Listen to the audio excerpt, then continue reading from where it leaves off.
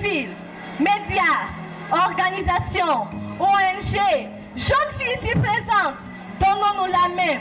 Essayons de dénoncer, de condamner les coupables qui sont les coupables de nos crimes. Les autorités, essayez de nous aider, car vous êtes le centre de l'aide des jeunes filles. Lèvons-nous, montrons au monde que nous sommes capables de travailler. Nous les jeunes filles, on doit diriger le monde. Nous les jeunes filles, nous sommes capables d'être comme les hommes ou plus que les hommes, car ce sont des personnes et nous sommes des personnes, donc nous sommes égaux. Jeunes filles, levez-vous, on va travailler.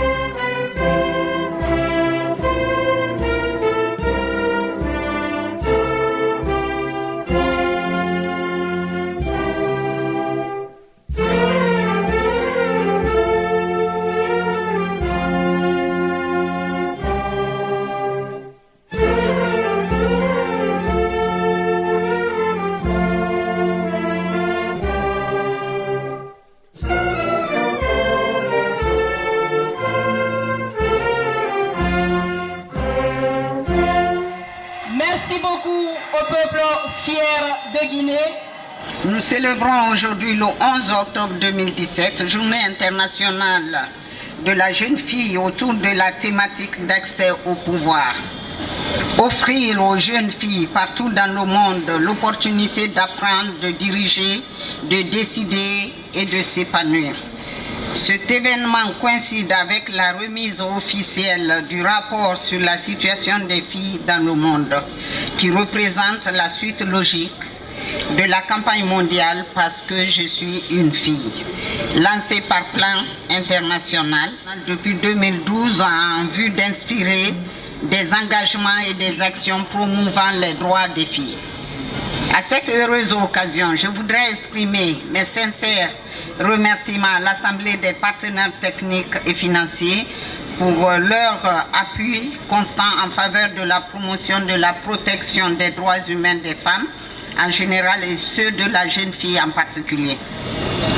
Dans cette perspective, je voudrais vous rappeler que l'objectif de la cérémonie qui nous unit aujourd'hui réside dans la volonté de procéder à une conscientisation des décideurs à tous les niveaux face aux contraintes qui pèsent sur les vécus de la jeune fille en procédant à un vaste plaidoyer en faveur de son épanouissement qui passe nécessairement par la reconnaissance et l'exercice de ses droits. Pour atteindre donc l'agenda 2063 et les objectifs de développement durable, Son Excellence, Monsieur le Président de la République, le professeur Alpha Condé, président en exercice de l'Union africaine, et son Premier ministre chef du gouvernement, M. Mamadi Yula, ont eu la vision réaliste qui s'appuie sur des ressorts sociaux au rang desquels se trouve l'élimination des barrières empêchant la promotion des femmes et des filles. Ils accordent une attention soutenue aux dispositions légales et politiques permettant aux filles d'apprendre, diriger, décider et s'épanouir dans un monde en proie à de nombreuses crises.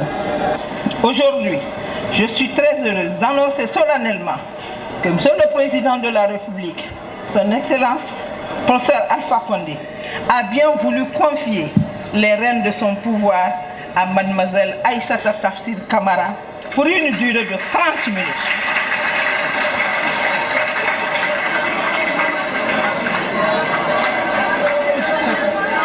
Cette hauteur de vue, rare dans l'histoire des nations, est l'illustration manifeste de l'adhésion de la Guinée aux idéaux de la défense des droits de la jeune fille.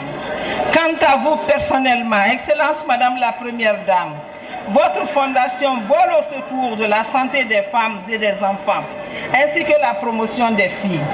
Au nom des cibles dont nous partageons en commun les préoccupations, recevez nos sincères remerciements et nos encouragements de tous les jours. Ce thème entre en droite ligne avec l'engagement pris par les Nations Unies de promouvoir la protection des filles contre les conflits et la violence en renforçant leur résilience.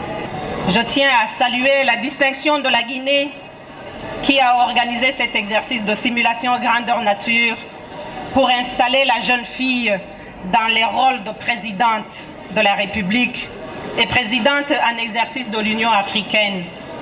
À notre entendement, cette simulation n'est pas un simple exercice circonstanciel, mais plutôt la manifestation de la reconnaissance des autorités du pays au plus haut niveau du rôle primordial de la fille et des femmes pour le développement harmonieux de la Guinée. C'est donc un acte symbolique assez fort et une opportunité solennelle qui nous inscrit dans une démarche visant à soutenir leur autonomisation en construisant un environnement favorable à leur épanouissement personnel et professionnel dans la vie politique, économique et sociale.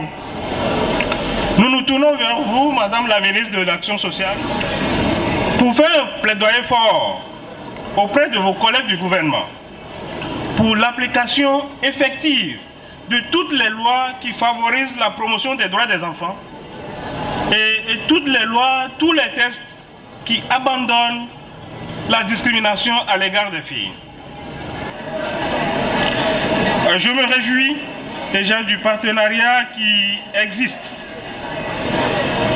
si heureusement entre notre organisation et votre pays. Et je formule le vœu que ce partenariat, déjà fructueux, puisse prospérer afin que nous puissions apporter notre modeste contribution à la réalisation de votre ambition pour notre pays. J'aimerais remercier l'ensemble des partenaires qui ont concouru à l'organisation de cette journée. Donc à cette occasion, nous au niveau du commissariat général de Conakry, capitale mondiale du livre, nous aimerions offrir 2 lots de livres. Un premier lot qui sera remis à la première dame. C'est un lot de livres d'auteurs guinéens qui interpellent sur la condition féminine en Guinée ainsi que la promotion de l'enfance. Donc j'aimerais faire l'honneur à Madame la Présidente de la République du jour de remettre ce premier lot à Madame la Première Dame.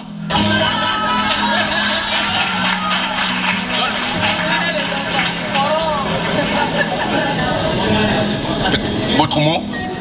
Je vous remets ce lot de livres qui traite de la condition féminine afin que vous contribuiez à l'éducation des jeunes filles et surtout leur faciliter l'accès aux livres par la construction des bibliothèques.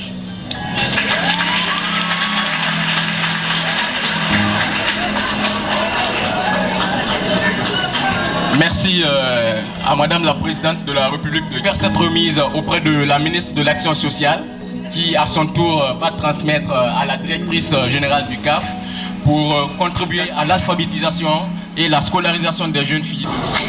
C'est lourd, on va les dire. Merci.